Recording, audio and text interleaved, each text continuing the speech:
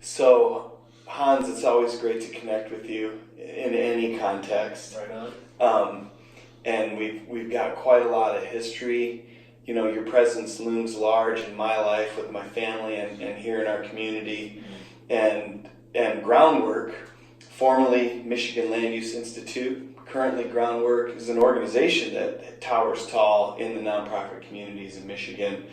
Incredible work that spans across a lot of sectors. And we've talked about the work of Groundwork in previous episodes and some of the organizations that you've helped incubate, MyCan, Great Lakes Business Network, Taste the Local Difference, the Clean Water Campaign itself have been very integral to the work and the life of Title Track. So it's a great pleasure to talk to you here. Right on. And what I thought of for this podcast is for you to tell the story of the origins of the organization. So I want our listeners to know that a few years ago, Hans came with me on a trip to Detroit where I had a gig, and we went out and got some food, but we had a lot of hours on I-75 to talk. And somewhere between Detroit and Zilwaukee, I got the in-depth story of this, the battle. You know, you and Keith Schneider. This is like early 90s, right? Mid-90s, yeah. Mid-90s, okay. So to me, this story has so many elements of success in it. And I feel like it's a really relevant story at any time, and to people who are, you know, maybe newer to the work of like being fully invested in movement work and activism in campaigns, I feel like could benefit a lot from hearing about this. And also just recognizing that this was like a really scrappy, created, dedicated, and sustained campaign that started from scratch and really took a long time to get where it was headed. And to me, it's a really hopeful story. And it's hopeful in and of itself, but it also it's the origin of what has become a mighty organization that touches the lives of millions of people. So I would love to just pass the mic over to you and just take your time. Okay. You know, is that all right? That's right. That's good. I appreciate the kind framework around that. Cool. Already, I'm a little touched. But yeah, I can certainly take a whirl at the story. It's quite a story, and it is the origin story. And out of the work we did then grew the values that guide us today. So I think it is something that, one interesting thing about me though is I'm not one that often looks backward. So sometimes people ask me, tell me the story, and I don't always tell it. So I'm happy to tell it here. I'll tell it to the best of my ability. So the origin of the Michigan Land Use Institute was in 94, 95. And it was the issue that catalyzed our creation was natural gas drilling in the northern lower peninsula of Michigan. And it was a different type of natural gas drilling called Antrim shale natural gas, which had a lot more surface impact and damage because there were many more wells drilled in a smaller space, because in previous oil development eras they wouldn't have even bothered to go for this natural gas. But there was a new federal tax credit that sort of subsidized clean burning fuels, in the mid-90s. So natural gas went on a boom. There were more natural gas wells drilled in northern lower Michigan in the 90s than any other place in the country. There was 4,000 wells drilled mostly on state-owned land, which I'll address a little later on with the story, but than anywhere. So it was a real kind of Wild West, but here in Michigan, and the state regulators were not set up to oversee it. There was not a proper permitting process for waste. There was literally, with all the gathering lines and pipelines that are part of it, they were trenching across trout streams that were, blue ribbon trout streams where significant work had been done to prevent soil erosion. Under certain laws, there were no laws governing the development of oil and gas. So the permitting structure, the legal structure wasn't in place. It was mid-90s. John Engler was the governor. The newly formed DEQ didn't have much interest. So we, this group of environmentalists, farmers, conservationists, hunters, pretty broad-based coalition, got together and said, we need to reform oil and gas development oversight in Michigan. I'm 25 years old. I'm like, that sounds great, I'm in. None of it would have happened without Keith Schneider, the founder of the organization, who in the years leading up to that was the national environmental correspondent for the New York Times. So he was savvy about what made a successful environmental campaign. Because at that time in the mid-90s, there weren't that many successful environmental campaigns. So he brought in a perspective about how to be successful in coalition building and environmental advocacy, which was very broad coalitions with diverse partners, focused on a common goal, a strong communications element where you told the story that inspired people to get involved, and you did the research to bring forward specific facts that were well researched and irrefutable. And town hall meetings and letter writing campaigns, and we had champions in the business community, which was also a key part of our making the economic message that better oil and gas development oversight was not only good for the environment but good for the economy, which remains one of our core messages about how we get things done. To come with very specific solutions, not to say no. We didn't say no oil and gas drilling. We said, we have to do a better job managing its impact.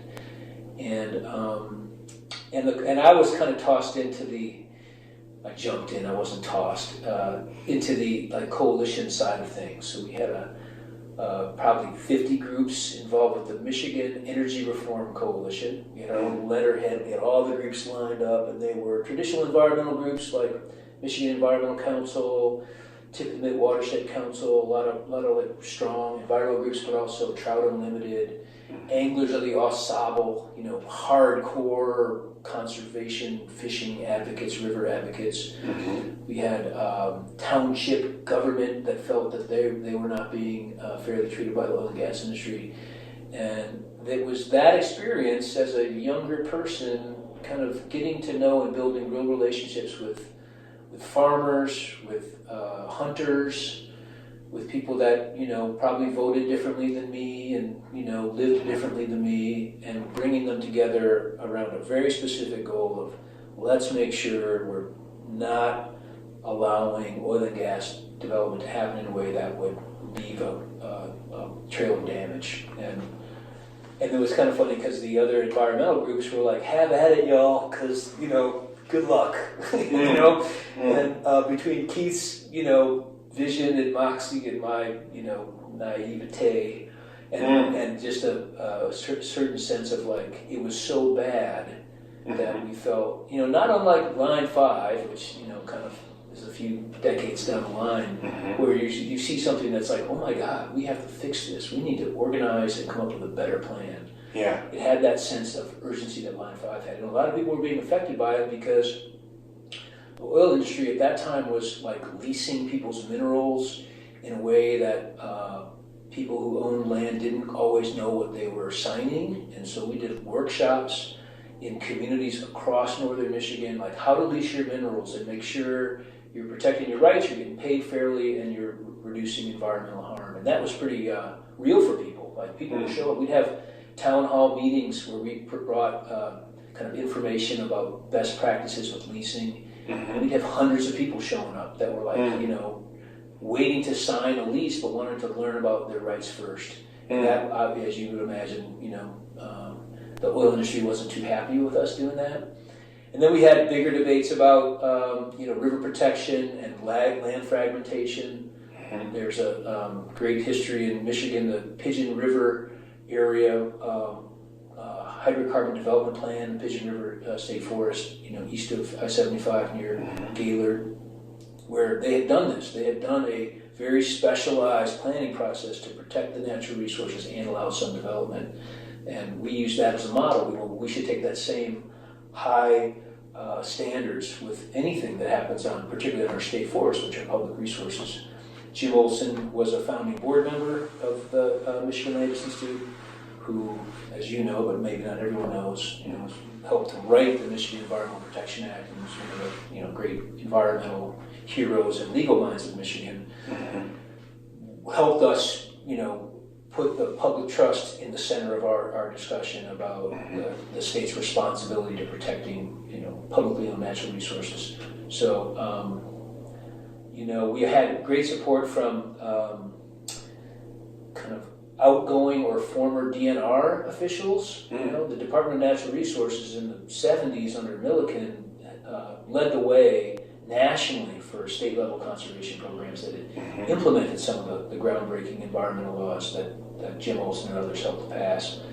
And they were frustrated because all of a sudden there's this new DEQ, Department of Environmental Quality, that was kind of a permitting machine that lost its way from the tradition of Michigan's conservation history. So former DNR officials would call us and get involved and help us kind of navigate the political thicket in Lansing, which was beautiful. We had great state elected officials that were on our side. Bilbo Beer, I don't know if you remember. Yeah. Old Bilbo from Hesperia. Friend of the family. He was a real champion. The guy went to the mat on this stuff. And so it was... So that's another part of this recipe. Yeah. You've got the broad coalition. Yep. You've got journalism with integrity. Yep. Storytelling, messaging, ongoing engagement with that. But then sympathetic lawmakers and people that are currently or formerly engaged in government. Yeah. So Bilbo Beer. Yeah. Yeah. And we had constituency. Right. We put a lot of pressure on Bilbo Beer and on other elected officials, and it was in many ways it was traditional grassroots organizing. It was rallies at the Capitol, letter writing, a lot of communications. We created out of almost nothing. And there was some work done on these issues before we organized this coalition, but it was pretty quiet. We made it one of the top issues in Michigan, and our little scrappy coalition, barely funded, ragtag group was right going toe-to-toe with the very prosperous oil and gas industry, with the paid lobby group, and who were way more influential in the Capitol from the countryside of northern Michigan, and from all these different voices. We matched them, and we were I remember I wrote a piece in the Detroit Free Press that was like me, young kid, and the chairman of the Michigan Oil and Gas Association, about, which way should we go with the future of natural gas development. So just the fact that we were having that debate was an achievement. I remember we had a public hearing in Hillman, which is over, near the Pigeon River area, pretty small town. We were in like the high school, and, there must have been 800 people in there. And it was the oil guys on one land, and they think they were all men. I don't use that term, in a sexist way, but they seemed like they were all dudes. Yeah. And it was like, the anglers and the hunters and me and Keith, and we were just having a public forum. And it was one of the dicier experiences I've had, because you could just feel the intensity on both sides, and it was civil. We were always civil. We always treated any other other voices with respect, and that was another thing that has always stayed with us as an organization. But it was, these people were charged in the audience, and it was kind of like, are we going to get out of here okay? I mean, it was a little dicey. Yeah. But that was, not always the case. But I remember, to the point of like making it a big deal. I think it was 1998. Could have been a different year. It was about that time. And John Engler, the governor, who was an oil guy from Mount Pleasant, made a speech, his State of the State speech in the beginning of the year. And he said, like right up top when he got to the environment, he made a personal pledge that there will be no natural gas wells drilled in the Jordan River Valley State Forest as long as I'm governor. And we were like, I remember looking at Keith like, are you kidding me? Governor Engler just like endorsed this thing that we had been saying for 3 years straight, because that was the sort of flagship fight, Yes. Hey, we can do oil and gas development. I use oil. I drove here. Let's all be reasonable about the fact that our economy, even more so at that time, was dependent on oil and gas. But we have to do it in a way that doesn't harm the future of our natural resources.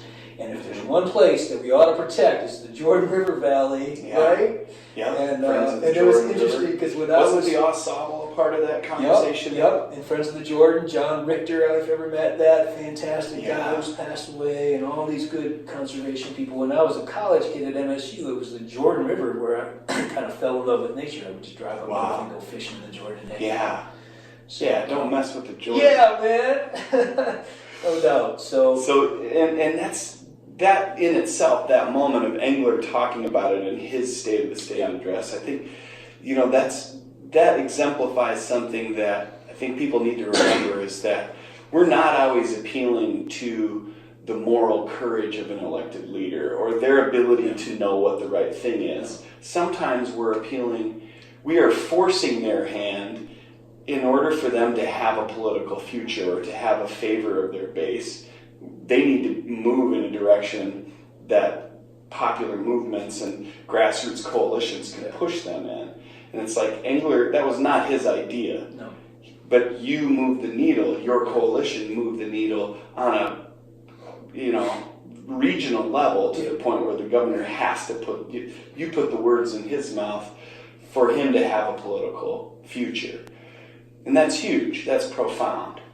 Yeah, I think that was, kind of a, unusually fantastic example. Yeah. Like, I'll celebrate that for all my days, of like an upstart, coalition. Right. Breaking into the center of the State of the State with the governor who 2 years previously I hadn't even heard of that issue.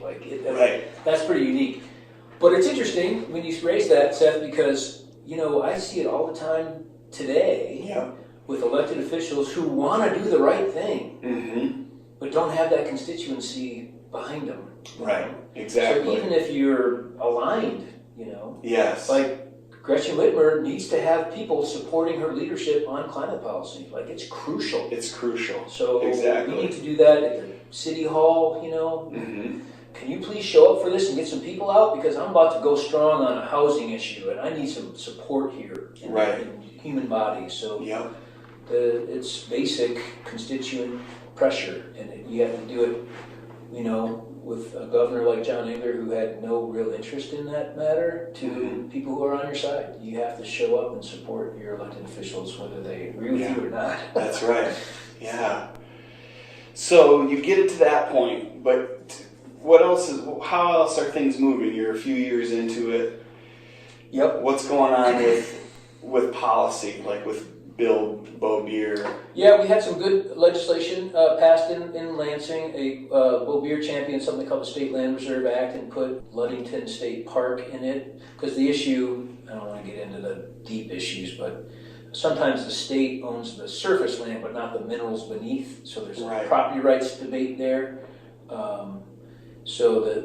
But the permit for a well on the surface should comply with standards that don't harm the environment. So there's a legal discussion, and some legislation was passed that clarified the state-owned surface land responsibilities for permitting and said certain lands shouldn't be harmed.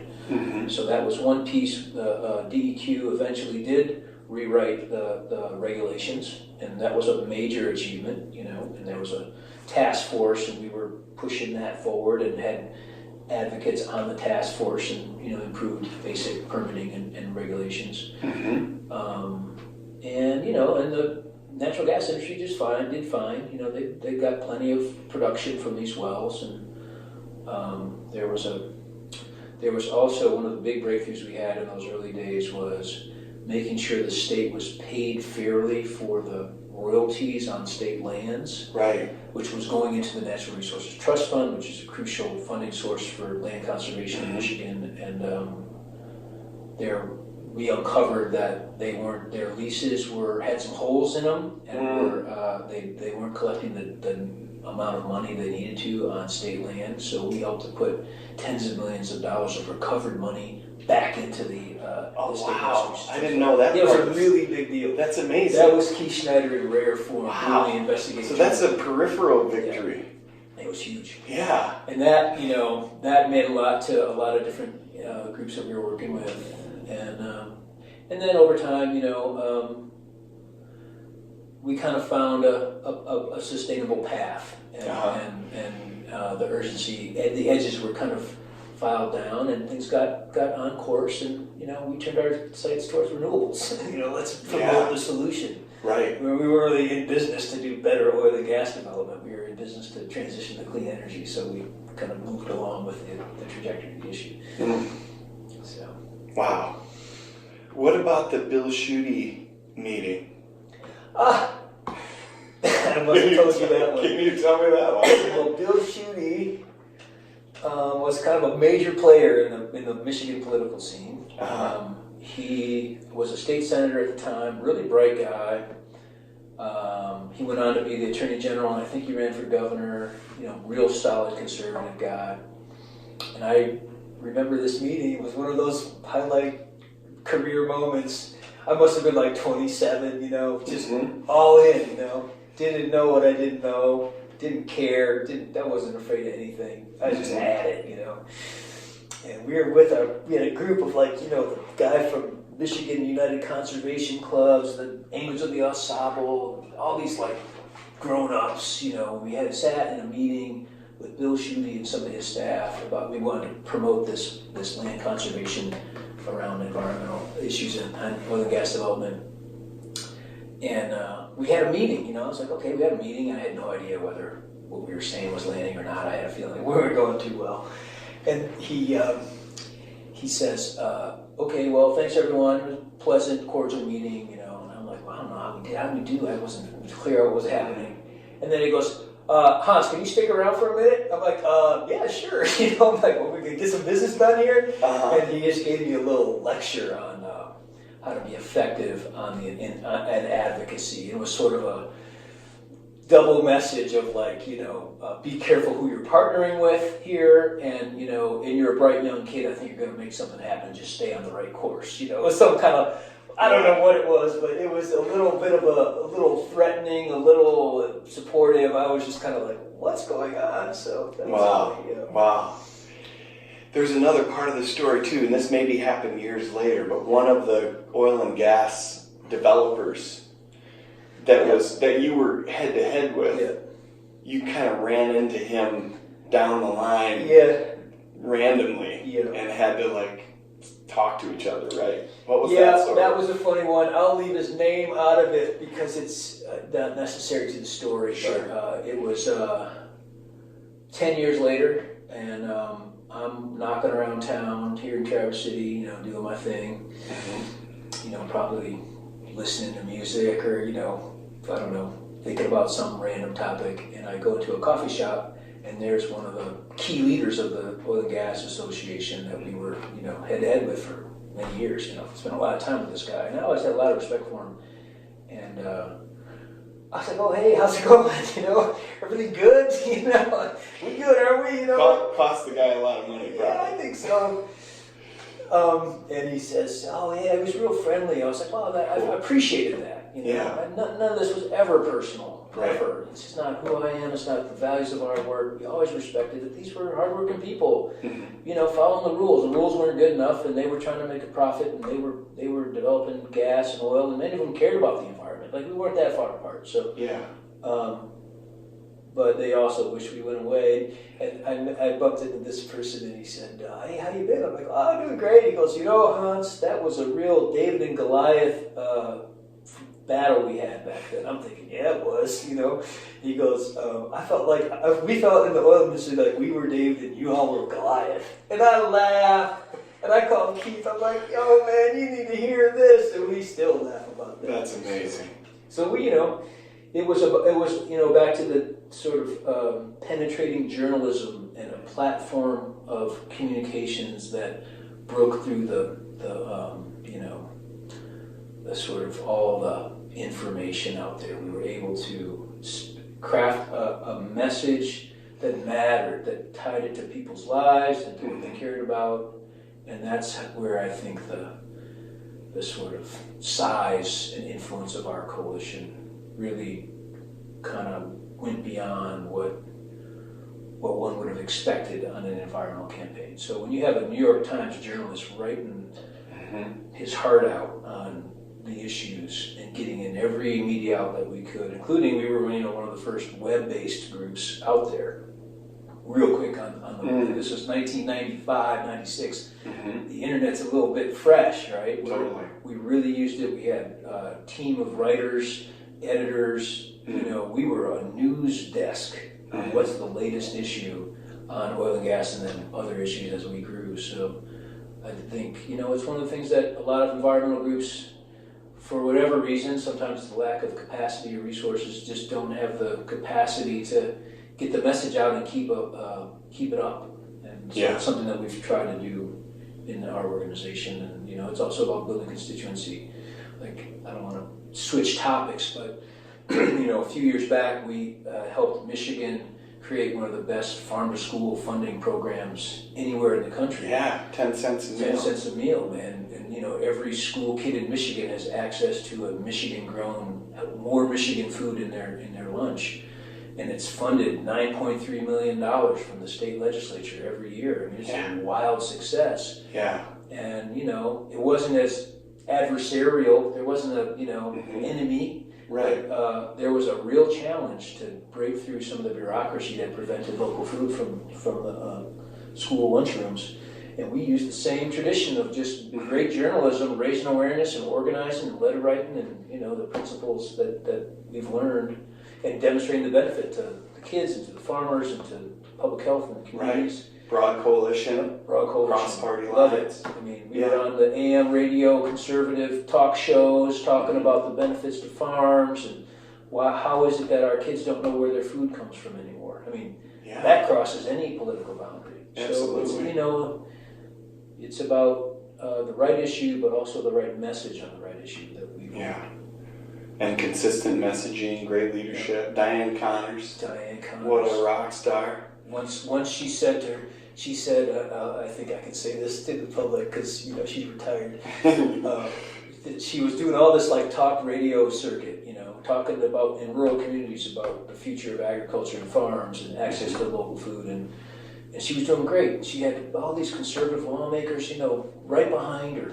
10 cents a meal was championed by conservatives from rural Michigan. And then she was on the talk shows, and then she told me one day that one of the elected legislators said to her, "Diane, you've become a darling of the right wing." And we were like, yes! Great. That's great. So, yeah, totally. Growing our own food, community resilience. Yeah. Well, I mean, to me, it's inspiring in all these different ways. But when I look at the fact that you decided this was worth your time, that's a turning point for our whole state. Because we don't have Michigan Land Use Institute, we don't have Groundwork Center for Resilient Communities at all, if you don't think, well, this is worthwhile, even though it's going to be difficult, even though there's a chance that it doesn't succeed. And that clarity of purpose, I think, like you said, it's like, okay, our intention is to build a broad coalition, but it's a laser-focused goal. The goal is to mitigate harm to our watersheds and to our precious trout streams and this water wonderland in the midst of this emergent threat of just oil and gas exploration that didn't have any guardrails on it at the time.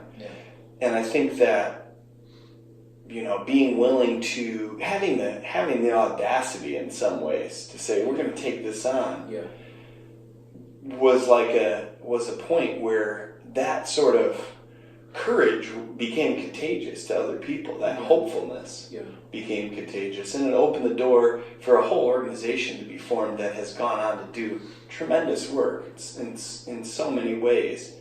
like I said, touch the lives of millions of people. And that work continues, and we'll catch up later on this year to talk more about the future. Great. But I'm wondering if there's anything else, since we're like reflecting on the past and the origins, any other parts of this story of the beginning of the organization that you want to share? Thanks, Seth. I appreciate all that, man. Yeah. You have such insight into these things.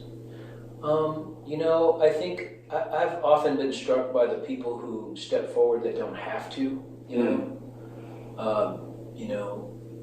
business people who may be safer for them to step back, but they step forward. I remember like Jim McGinnis from Crystal Mountain, running a successful business in Benzie County, and he was one of our earliest endorsers. I'm with you. How can I help? It means a lot when you're just a startup group.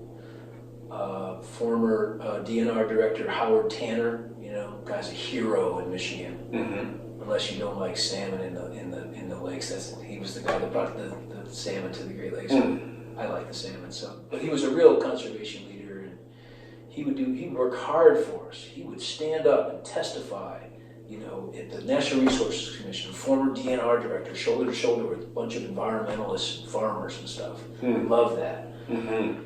Helen Milliken, one of the great conservation leaders ever in this state. Governor Milliken, just two fantastic people that would volunteer to help, And we were just humbled over and over again by the people who just drove to Lansing and showed up at a rally, It's our success was just completely based on the commitment of people and the willingness to show up and organize, and we felt like we just gave them a platform to get their voices out, and that still happens. Our organization and everything we've done is just about the beautiful people that show up. We're just sort of opening the doors up, but it's the partners and the individuals and the advocates that I've come to know and love. I've been doing this for almost 30 years, and I've some of my greatest relationships are just great people who care, and that inspires me. Totally. You said something like, when did you know, or how did you decide that this was real? We decided it was real. We looked around the room and saw the commitment in everyone else's face. And that's really inspiring. I still am inspired by it. I love when people call me and they're, light me up on the phone. I'm like, wow, thanks for calling. Yeah. People care, and I appreciate people who go a little further, especially when you have something to lose, Like the Great Lakes Business Network is 200 companies that are frontline advocates on environmental issues in Michigan that, are committed to the point where they're putting their business's name out there. I love that. So, I think those are the things that stand out about how we made it, how we got through. I think Keith Schneider's incredible creative talent and drive was a major factor. None of this conversation is happening without his work ethic and his just savvy, leadership. It was incredible. But it was also the partners that jumped in, that gave us the spirit to carry on, and for that it's just an endless gratitude. Yeah, I feel that. I felt that at the beginning of the Clean Water campaign when we had this vision, and you guys took us seriously and helped support the creation of the Clean Water campaign even before Title Track was formed. Who were the nonprofits that you took seriously that put wind in your sails by taking you seriously at the beginning? That's great. Michigan Environmental Council, love them. Yeah. Lana Pollock, it's a real hero for me and I think for many people in Michigan. I don't know if you hung with her much. No. She was really a great leader.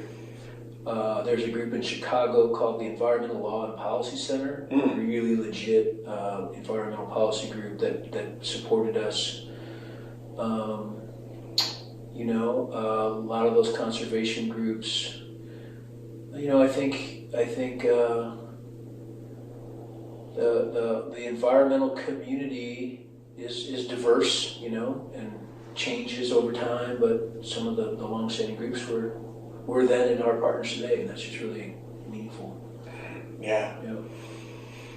So you're a birder. Yeah, man. We're in the warbler room here. We're in the warbler room. Any new birds added to your list recently? Well, yeah, man, I'm always on the hunt. The surf scoter is a little duck. It's fun. We're here, Boardman Lake's right out there, and you see those big flocks of birds out there, ducks.